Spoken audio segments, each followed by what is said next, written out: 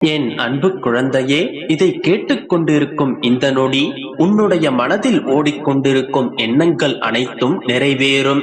நீ என்ன நினைத்துக் கொண்டிருக்கின்றாயோ, எதை நினைத்து யோசித்துக் கொண்டிருக்கிறாயோ அது அப்படியே நடக்கும்.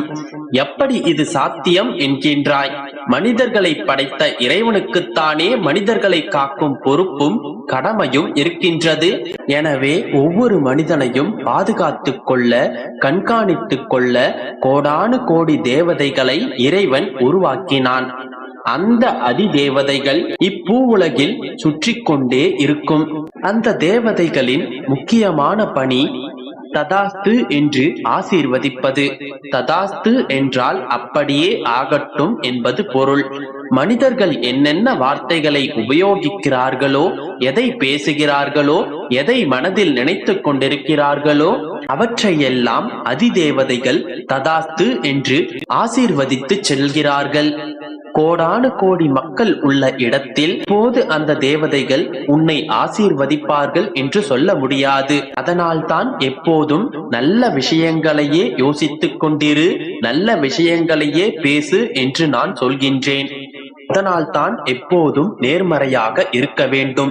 ஏனெனில் இந்த அதிதேவதைகளுக்கு நன்மை தீமை, எது நல்லது எது கெட்டது என்பதெல்லாம் தெரியாது.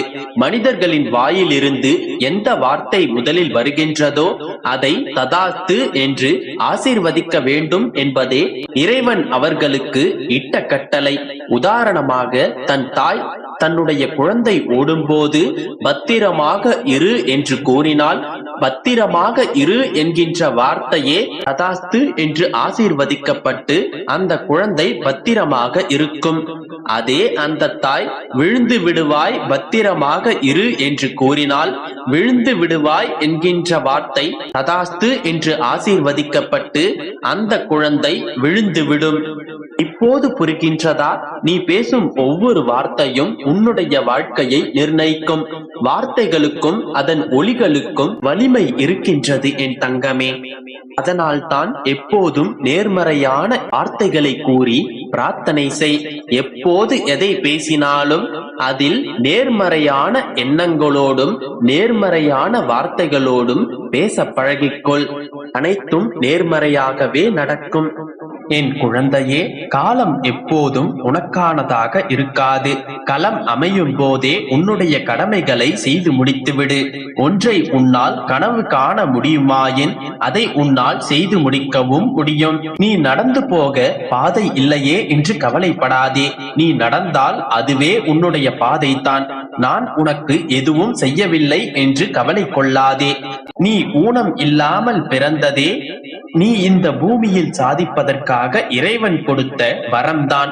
அதனை சரியாக பயன்படுத்துவதும் பாழ்படுத்துவதும் உன்னுடைய கையில் தான் இருக்கின்றது. ஒரு முறை வந்தால் அது கனவு, இருமுறை வந்தால் அது ஆசை, பல முறை வந்தால் அது லட்சியம். உன்னுடைய வாழ்க்கையில் பல வாய்ப்புகள் உன்னை தேடி வரும். ஆனால் சில வாய்ப்புகள் தான் வாழ்க்கையையே தரும். வாய்ப்புகளை பயன்படுத்திக்கொள். தோல்வி அடைந்தால் மாற்ற வேண்டியது வழிகளைத்தான், இலக்கை அல்ல. தோல்வி அடைந்தாலும் மீண்டும் முயற்சி செய். உன்னுடைய திறமையை வெளிக்காட்டு. உலகம் உன்னை கண்டறியும். முயற்சி செய்ய தயங்காதே. முயலும் போது உன்னை முட்களும் முத்தமிடும். நம்பிக்கை உள்ள மனிதர்களுக்கு எப்போதும் ரோஜா தான் கண்ணில் படும், முட்கள் இல்லை. இல்லையே, வெற்றிக்கும் தோல்விக்கும் சிறு வித்தியாசம்தான். கடமையை செய்தால் வெற்றி, கடமைக்கு செய்தால் தோல்வி. குழந்தையே, வெற்றியின் வாசல் தேடி நீ பயணம் செய்தால் 1000 தோல்விகளிடம் நீ விலாசம் கேட்கத்தான் வேண்டும். அதற்கெல்லாம் சோர்வடையாதே. உலகம் உன்னை அறிவதை விட உன்னை உலகிற்கு அறிமுகம் செய்து கொள். இது நடக்க வேண்டும் என்றால் நீ ஜெயித்து காட்ட வேண்டும். உன்னுடைய எல்லை எதுவென்று உன்னுடைய மனதிற்கு தெரியும் போது அடுத்தவர்களின் விமர்சனத்தை கண்டு கவலைப்படாதே. கடமை தெளிவாக தெரியும் போது தாமதம் செய்வது அறிவினை அல்லாமல் இருப்பது மட்டுமல்ல, ஆபத்தும் கூட. உன்னுடைய ஏமாற்றங்கள், உன்னுடைய தோல்விகள், துரோகங்கள், அவமானங்கள் அனைத்தையும் நீ கடந்த பிறகு என்ன நடக்கும் என்பதுதான் வெற்றி. பிள்ளையே, நீ எடுத்து வைப்பது சிறிய அடியாக இருந்தாலும் நீ எட்டுவது சிகரமாக இருக்க வேண்டும். கனவு கண்டதோடு மட்டும் நிறுத்திக் கொள்ளாமல் கனவை துரத்தி கொண்டு செல்.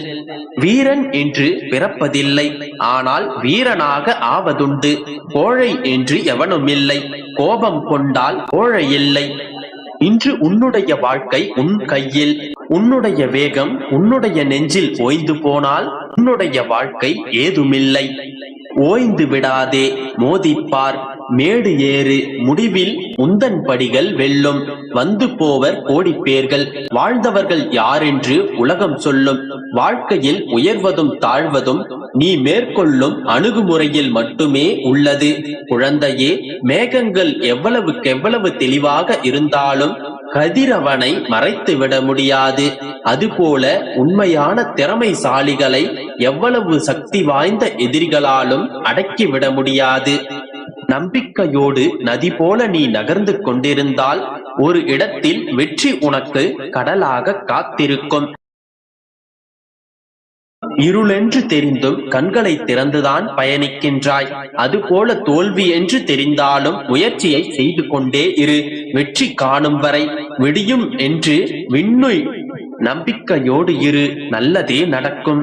என் அன்பு குழந்தையே, நாள்தோறும் உன் அழுகையின் குரல் என் செவிகளுக்கு கேட்கின்றது. இன்று உன் அழுகுரலுக்கு பதில் சொல்லவும் ஒரு பேருண்மையை உனக்கு உணர்த்தவும் இன்று நான் வந்துள்ளேன். கேட்கிறாயா என் செல்லமே? தினந்தோறும் ஏதோ ஒரு கவலையில் நீ இருக்கின்றாய். எனக்கென்று யாருமே இல்லை, எனக்கென்று ஒன்றுமே இல்லை, என்னிடம் காசு பணம் கார் என்று எதுவுமே இல்லாததால் உறவினர்கள் கூட என்னை மதிப்பதில்லை. போது நான் தனிமரமாக நிற்கின்றேன். இந்த நிலை எப்பொழுது மாறும்? எனக்கு ஒரு நல்ல வழி காட்டுங்கள் அப்பா என்றுதானே கேட்கின்றாய். என் பிள்ளையிடம் காசு பணம் என்று எதுவுமே இல்லாமல் போனாலும் நல்ல மனமும் குணமும் உண்டு. உடனே நல்ல குணத்தையும் மனதையும் யார் மதிக்கிறார்கள் அப்பா என்றுதானே கேட்கின்றாய். நான் இத்தனை கஷ்டங்கள் படுகின்றேன், ஆனால் எனக்கு ஆறுதல் சொல்லக்கூட ஒருவரும் இல்லை என்று கவலைப்படுகின்றாய். செல்லமே, ஒரு உண்மையை புரிந்து கொள். பல ஊர்களுக்கு யாத்திரை சென்ற குருநானக் ஒரு ஊரில் தங்கினார். அந்த ஊரில் குருநானக்கை ஒரு பணக்காரர் தன் வீட்டில் விருந்து உண்ண அழைத்தார். இந்த ஊரிலேயே மிகவும் பணக்காரர் நான் நினைத்ததை சாதிக்கும் பலம் என்னிடம் இருக்கின்றது. உங்களுக்கு ஏதாவது வேண்டுமென்றால் என்னிடம் கூறுங்கள் என்று பெருமையுடன் அவரிடம் அறிமுகப்படுத்திக் கொண்டார். சற்று யோசித்த குருநானக், ரொம்ப நல்லது, அப்படியானால் எனக்கு ஒரு உதவி செய்ய வேண்டுமே என்று கேட்டார். என்ன சுவாமி, எதுவாக இருந்தாலும் தயங்காமல் என்னிடம் கேளுங்கள், நான் உங்கள் ஆசையை நிறைவேற்றுகிறேன் என்றார் அவர்.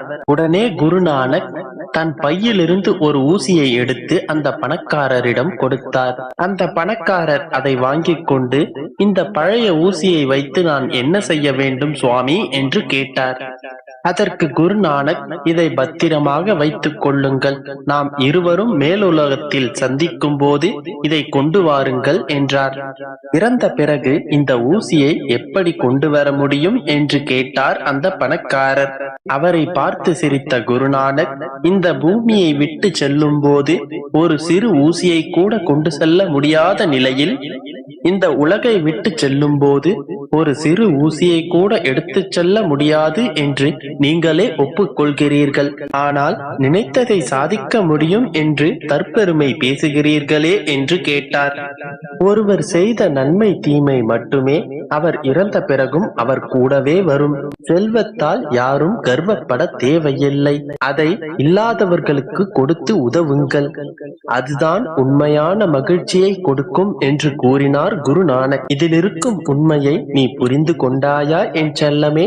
இதை நீ சரியாக புரிந்து கொண்டால் இதன் பிறகு எனக்காக யாரும் இல்லை, என்னிடம் எதுவும் இல்லை என்று புலம்ப மாட்டாய். உன்னால் காசு பணம் சொத்து என்று அனைத்து செல்வத்தையும் சேர்க்க முடியாமல் போனாலும் நல்லதை நினைத்து உன்னால் முடிந்தவரை பிறருக்கு உதவியை செய்து உன்னுடைய புண்ணிய பலன்களை நீ சேர்த்துக்கொள். இவை மட்டுமே உனக்கு தக்க சமயத்தில் உனக்கு பலன் கொடுக்கும்.